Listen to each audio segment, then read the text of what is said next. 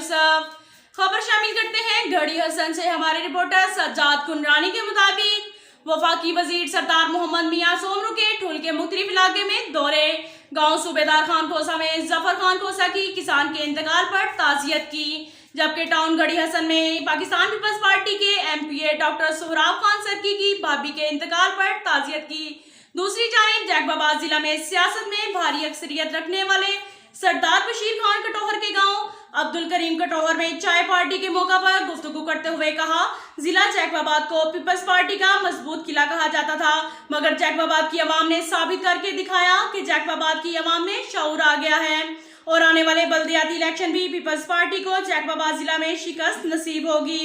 और सहाफियों की जानिब से मोहम्मद मियां सोमरू को सवाल किया गया, ज़िमनी इलेक्शन में PTI की जानिब से PS1 पर खिलाड़ी उतारेंगे या मैदान खाली छोड़ा जाएगा। मोहम्मद मियां सोमरू के जवाब में कहा, खिलाड़ी कभी भी मैदान खाली नहीं छोड़ते और मैदान खाली छोड़ना तो दूर की बात जी कर दिखाएंगे।